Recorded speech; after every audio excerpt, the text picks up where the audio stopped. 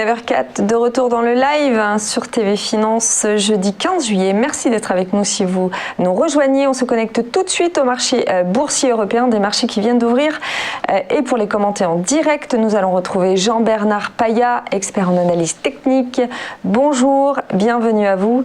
Merci d'être avec nous pour nous raconter un début de séance avec un DAX hier à 15 788,98 points. Un marché action qui avait terminé en baisse avec des replis notamment des secteurs détaillants et financiers. Un DAX hier dans le rouge mais toujours au-dessus de son record absolu de fin juin de 15 730 points. Le titre est toujours protégé par un support qui gravite autour des 15 400 points alors que c'est une journée très importante aujourd'hui avec la publication des 3 indicateurs clés chinois. Comment va se comporter l'indice ?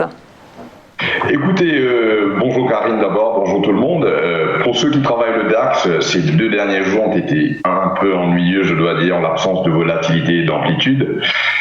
Comme mentionné lors de mon intervention vendredi dernier, le double appui sur la zone de 15 260, 15 290 points a bien fonctionné, propulsant l'indice allemand vers ses plus hauts sommets.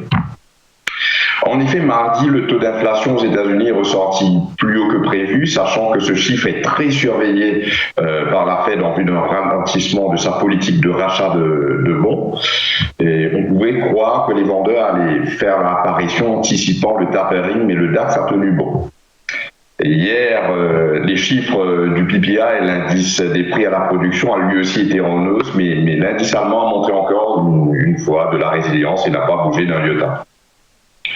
Tout le monde s'attendait attendait en effet le discours de Jay Powell de la Banque fédérale afin de percevoir une quelconque indication concernant le tapering, mais il a eu un discours plutôt dovish, je dois dire, laissant entendre que la hausse du taux d'inflation était temporaire selon lui, même si cela pouvait durer un certain moment.